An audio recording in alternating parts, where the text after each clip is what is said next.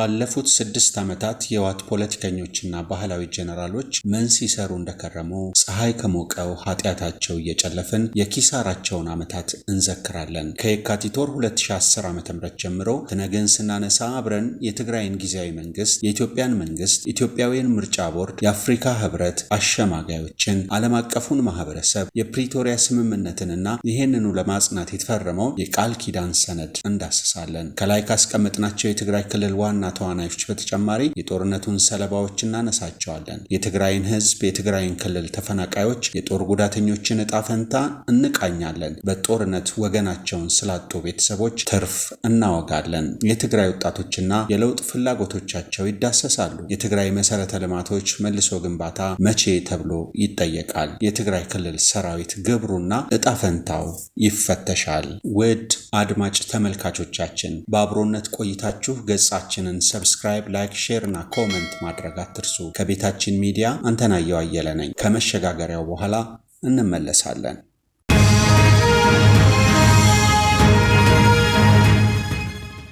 የኢህአዴግ ሊቀመንበርና የኢትዮጵያው ጠቅላይ ሚኒስትር መለስ ዜናዊ በ2004 ዓ.ም በድንገት ከዚህ ዓለም በሞት ሲለዩ የኢፌዴሪ መንግስት የቁልቁለት ጉዞ ተጀመረ። ይህንን ሀቅ ተረድቶ ወቅቱን በሚመጥን ፖለቲካዊ ፕሮግራምና ሀገራዊ እቅድ ሀገር የሚመራ አስተባባሪ ኢህአዴግ ማግኘት አልቻለም። በወቅቱ አቶ መለስ ዜናዊን የተኩት አቶ ኃይለማርያም ደሳለኝም በሙሉ የኃላፊነት ስሜት ስራዎቻቸው እንዳይከውኑ በስራቸው በጠቅላይ ሚኒስትር ማዕረግ 4 የክላስተር ሚኒስትሮች በህወሓት አጋፋሪነት ተሾመውባቸዋል። በዚህ ወቅት ታዲያ በኦሮሚያ የቄሮ በአማራ ደግሞ የፋኖ ጥያቄዎች በአመፅ እየታገዙ ተበራከቱ። በኢህአዴግ ውስጥ ያሉ የኦህዴድና በአዴን ድርጅት መሪዎች ጥምረት ውስጡን በህወሓት ድክመት ተደግፎ ተጠናከረ። ህወሓት የምትዘውረው የኢህአዴግ መንግስት የፖሊስ የደህንነትና የመከላከያ ኃይሎች መሪ ስላልነበራቸው ተዳከሙ። ምንም አይመጣም የሚል ትዕቢት ወያኔዎቹን ቀፍድዷቸው አንዳች መከታ ሳያደርጉ ለ6 ዓመታት ሲንገታገቱ ቆዩ።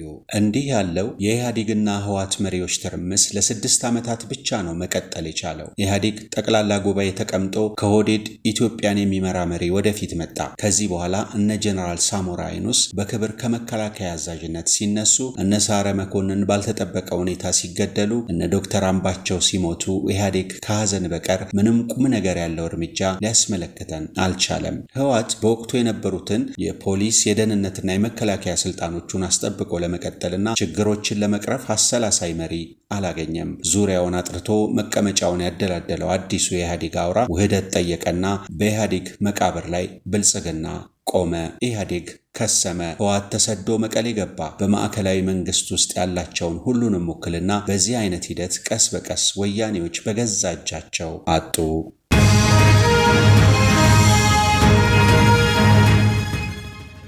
ብልጽግና ኤርትራን ጨምሮ የምስራቅ አፍሪካ ሀገራትን በሙሉ ከጎኑ ያሰለፈ ሀገራዊም ብሔራዊም ፓርቲ ሆኖ ተመነደገ። ትላንት ባንኩም ታንኩም በእጃቸው የነበሩት የህወሓት ባህላዊ ፖለቲከኞችና የጦር ጀነራሎች እንደዋዛ ሁሉን ተነጠቁ። የትግራይ ህዝብ ተከባሃል፣ ራስህን መከላከል ካልቻልክ ሊያጠፉ ነው፣ አማራና ኦሮሞ ላይ በየሚዲያቸው በዘመቻ መልክ ቅስቀሳ ጀመሩ።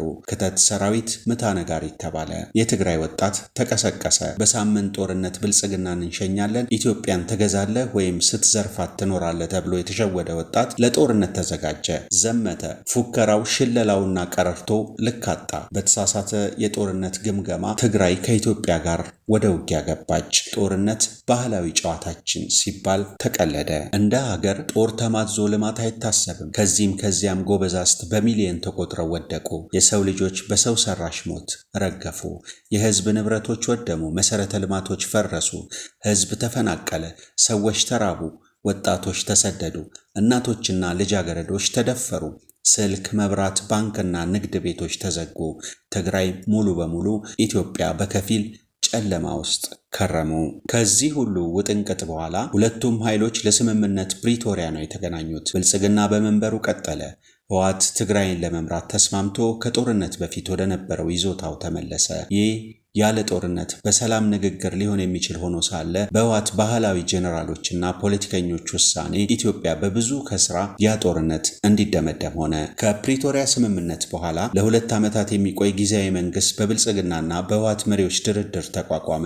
በዚህ ድርድር ወቅት ህወሓት 50+1 እና ፕሬዝዳንቱ በጠቅላይ ሚኒስትሩ ይሁንታ ይሾማል በሚሉ ተጨማሪ ስምምነቶች 2 ነጥቦችን ጣለ። በዚሁ መሰረት በዶክተር አብይ ውሳኔ አቶ ጌታቸው ረዳ የትግራይ ክልል ጊዜያዊ መስተዳደር ፕሬዝዳንት ሆኖ ከፕሪቶሪያ ስምምነት በኋላ የጀመረው የጀነራል ጻድቃንና የአቶ ጌታቸው ረዳ በህወሓት ሰፈር ባንዳ መባል ሁለቱም የክልሉ ፕሬዝዳንትና ምክትል ፕሬዝዳንት ሆነው ከተሾሙ በኋላ ተጠናክሮ ቀጠለ። በግልጽ መግለጫዎች ጭምር ጻድቃንና ጌታቸው የብልጽግና ባንዳ ናቸው ይባሉ ጀመረ። ከዚህ በኋላ የትግራይ ክልል ጊዜያዊ መስተዳደር በፕሪቶሪያ ስምምነት መሰረት ስራውን እንዳይሰራ ህወሓት እንቅፋት ሆነ። ይህን እያደረጉ ላለፉት 2 ዓመታት የጣሏቸው ነጥቦች ስፍር ቁጥር የሌላቸው ሆነው በታሪክ ማህደር በኢትዮጵያ ህዝብ ልብ ውስጥ ተመዝግበውላቸዋል።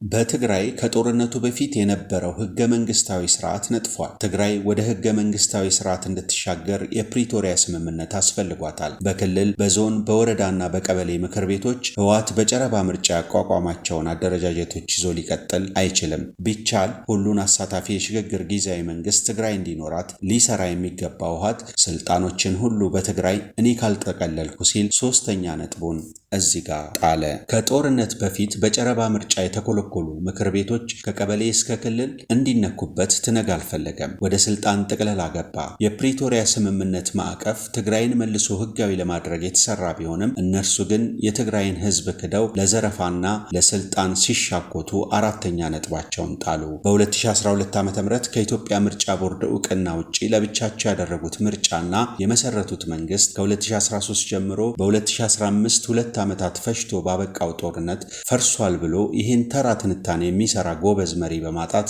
5ኛ ነጥባቸውን ጣሉ። ትነግ በትግራይና በኢትዮጵያ መካከል ከፈራረሰው ህገ መንግስታዊ ግንኙነት ወደ ህገ መንግስታዊ ቅቡልነት የሚሻገርበትን ድልድዩን የፕሪቶሪያ ስምምነትን በመግፋት 6ኛ ነጥቡን ጣለ።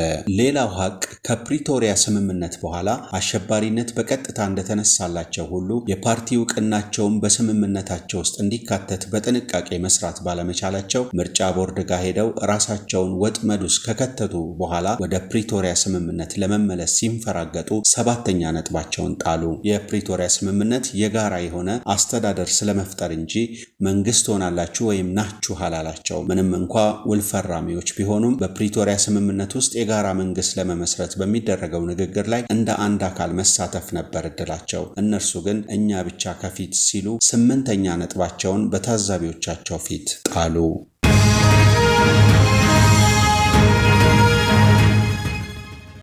ምርጫ ቦርድ ጠቅላላ ጉባኤ ስታደርጉ መገኘት አለብኝ ሲል ከጦርነቱ በፊትም በኋላም ለትነግ አሳውቆ ነበር።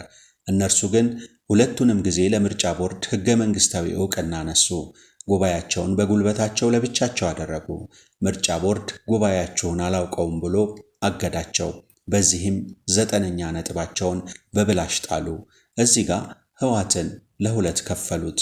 ህወሓቶች ይህንን የቅቡልነት ቀውሳቸውን ሳይፈቱ ህግ እናስከብራለን ብለው በትግራይ ጊዜያዊ መንግስት ላይ መፈንቅለ መንግስት ፈጸሙ። የፕሪቶሪያ ስምምነት መንግስት ሳያደርጋቸው የምርጫ ቦርድን እውቅና ሳያገኙ ከማን በተቀበሉት ስልጣን ህግ እንደሚያስከብሩ ሳይነግሩን 10ኛ ነጥባቸውን ጣሉ። የትግራይ ሰራዊት በትግራይ ህዝብ የመኖርና የህልውና መብቶች ምክንያት በራሱ በትግራይ ህዝብ በጭንቅ ቀን የተቋቋመ ነው። የትግራይ ሰራዊት መብት የሚቀዳው ከማህበረሰቡ እንጂ ከኢትዮጵያ ህገ መንግስት አይደለም። ስለዚህ ሰራዊቱ ህገ መንግስታዊ መሰረት የሌለው መሆኑን የሚገልጥላቸው ጠቢብ ከመካከላቸው ተነፍገው 11ኛ ነጥባቸውን ጣሉ። ይህ ህገ መንግስታዊ በሆነ አደረጃጀት በቆመ ሰራዊት ደግሞ ህገ መንግስታዊ ስርዓታችንን እናስከብራለን ሲሉ ተነሱ።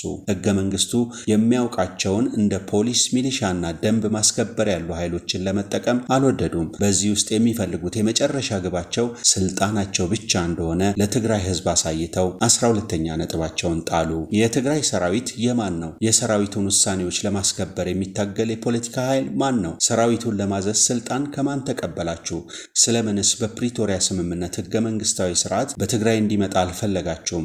ዲዲአርን ለምን ጠላችሁት ተብለው ሲጠየቁ ዙሪያችንን በጠላቶች ተከበናል በማለት ሲሽኮረመሙ 13ኛ ነጥባቸውን ጥለዋል። አሁን ላይ በፕሪቶሪያ ስምምነት የተቋቋመውን መንግስት አፍርሰው በቃል ኪዳን ፊርማ አፈላማ የበላ መንግስት መስርተዋል። ከቃል ኪዳን ስምምነቶቹ ውጪ በዚህ አንድ ዓመት አንዳች እንዳይዘውሩ ተስማምተውና ቃል ገብተው ወደ ሥራ ገብተዋል። ነገር ግን ገና በንግስናቸው ማለዳ ሻዕቢያ ጉያ ገብተው በመሸጎጥ 14ኛ ነጥባቸውን ጥለዋል።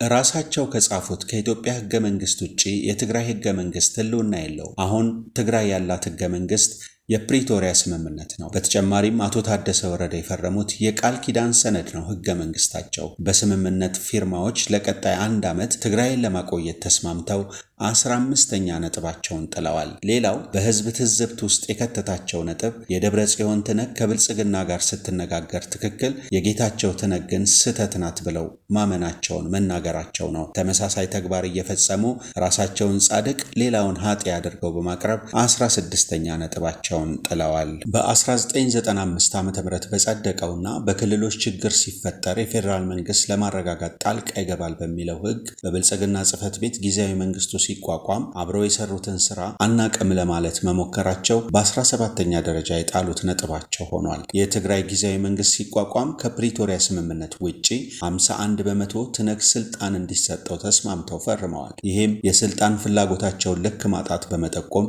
በ8ኛ ደረጃ የጣሉት ነጥብ ሆኗል። ደብረ ጽዮን በፕሪቶሪያ ስምምነት አፈጻጸም ውስጥ ነባሮቹ አደራዳሪዎች ያስፈልጉንም ብሎ ጠራርጎ ሲሸኝ የህወሓት ሊቀመንበር ነበረ። እና አቶ ጌታቸውም አብረው ነበሩ። የትግራይ ህዝብ ትግል ከአፍሪካ ህብረት አደራዳሪዎች እጅ ሲነጠቅና የትግራይ ፕሬዝዳንት በኢትዮጵያው ጠቅላይ ሚኒስትር እንዲመረጥ ሲስማሙ 19ኛ ነጥባቸውን በአደባባይ ጥለዋል። ካለ ሶስተኛ ወገን የፕሪቶሪያ ስምምነት እንዲፈጸም ተስማምተው ሲያበቁ ድንገት ጌታቸው ረዳን ብቻ በዚህ ሁነት ተጠያቂ ለማድረግ ደብረ ጽዮን ታትረዋል። እነርሱ ስላሉት ብቻ ይሄ ሁሉ በጌታቸው ወገን የተፈጸመ የትግራይ ህዝብ ክህደት ተደርጎ እንዲወሰድ መፈለጋቸው 20ኛ የጣሉት ነጥብ ሆኖ ተይዞባቸዋል።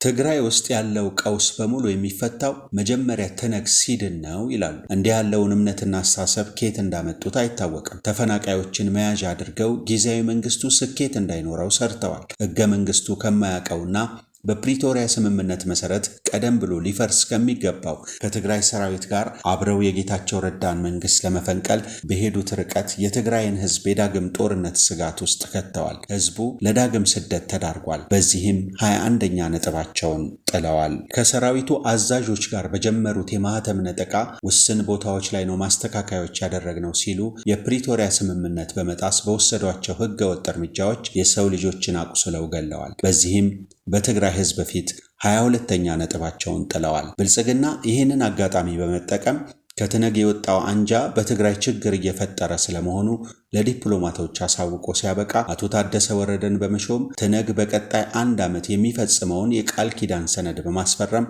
23ኛ ነጥባቸውን አስጥሏቸዋል። በትነግ በኩል የትግራይን ህዝብ አንድነት ለማስጠበቅ የትግራይን የጦር አውድማ የመሆን ስጋት ለመቅረፍ ትላንትናም ዛሬም የተሰራ ስራ የለም። የቀጣዩን አንድ ዓመት ወደፊት እናያለን። ይህም በህዝቡ ዘንድ ስጋት ያሳደረ ውሳኔ ሆኖ እየተተገበረ ትነግ 24ኛ ነጥቡን የጣለበት ሐቅ ሆኗል። ትነጎች በታደጋቸው የትግራይ ህዝብ ላይ ተኩሰዋል። በፈጠሩት ጫና የጌታቸው ረዳን ጊዜያዊ መንግስት ፈንቅለዋል። ዲዲአር እንዳይፈጸም፣ ተፈናቃዮች ወደ ቀያቸው እንዳይመለሱ በማከላከል በፕሪቶሪያ ስምምነት ውስጥ የተካተቱ ተግባራት ባለፉት 2 ዓመታት በትግራይ እንዳይፈጸሙ በማድረግ 25ኛ ነጥባቸውን በህዝባቸው ፊት ጥለዋል። የደብረ ጽዮን ትነግ ጊዜያዊ አስተዳደሩን ከመጀመሪያ ጀምሮ አልተቀበለም። በትግራይ ጉዳይ ላይ መሳተፍ ከሚፈልጉ ተጋሩ ጋር ትግራይን ከችግሮቿ ለማውጣት አልሰራም። አንድንሁ ባይ ቡድኖችንና ግለሰቦችን ይፈርጃል። ስልጣን ሁሉ ለኔ ብቻ፣ ሁሉም ስራዎች በኔ ብቻ መሰራት አለባቸው ሲል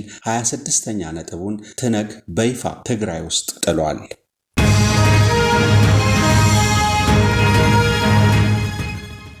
ምርጫ ይደረግ እያሉ ትነጎች ይቀሰቅሳሉ።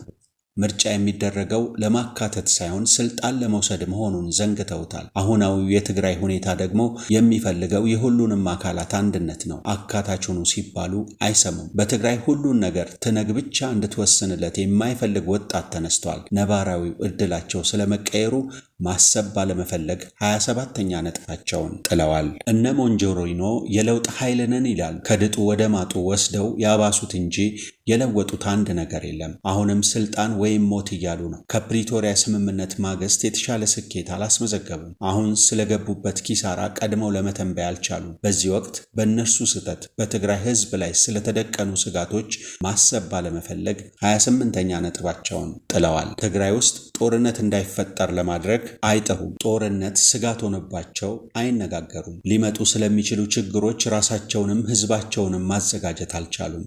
ከህዝባቸው ልብ ስለመውጣታቸው ባለማሰብ 29ኛ ነጥባቸውን ጥለዋል። ከዛሬ 23 ዓመት በፊት አምላካቸው ባጸደቀላቸው የህይወት ፕሮግራም ነው ዛሬም ያሉት። እርሱንም ቢሆን አንብበውት አያውቁም፣ አልተገበሩትምም። ፕሮግራማቸውን ለውጠው ራሳቸውን ለመለወጥ የተዘጋጁ ባለመሆን 30ኛ ነጥባቸውን ትነጎች እንደ ድርጅት ጥለዋል። ከዚህ በኋላ ትነግ ወደ ትግራይ ህዝብ ልብ ለመመለስ ካሰበች ያላት አንድ ዕድል አካታች መሆን ነው።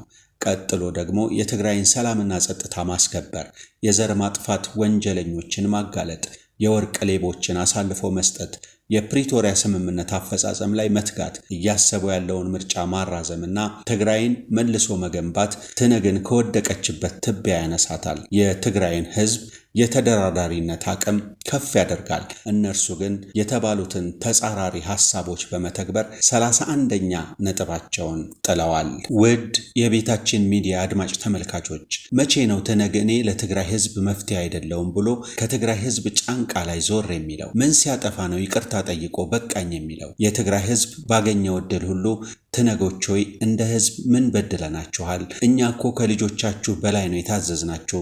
ሳናቅ የበደልናችሁ ነገር ካለ እባካችሁን ይቅር በሉን በማለት መዥገሮቹን ሲማጸን በተደጋጋሚ ተሰምቷል። እነዚህ ትነግ የጣለቻቸው 31 ነጥቦች ፈጽሞ በእርሱ የሚታመኑና የሚታረሙ አይደሉም። በተጋሩ ዲያስፖራ እነርሱን ሊያድን አካሉን ባጎደለው፣ በአካል ጉዳተኛው፣ በሰማዕታቱ፣ በተፈናቃዩ ትግራይን ጨምሮ በመላው ኢትዮጵያ ህዝብና በዓለም አቀፉ ማህበረሰብ ፊት እነዚህ ሁሉ ነጥቦች ባለፉት 6 ዓመታት በትነጎች የተጣሉ ናቸው። ቤታችን ሚዲያ ከዚህ በላይ ስለ ትነግ ያለፉ 6 ዓመታት የምትለው የላትም። ልባቸው ከሞተው አምላካቸው ጋር ለሞተባቸው ልብ ይስጥልን አይባልም። ትግራይ ግን ትድናለች። ሀገራችንን ሰላም ያክረምልን። ፈጣሪ ኢትዮጵያንና ህዝቦቿን ይባርክ። ቸር ያሰማን።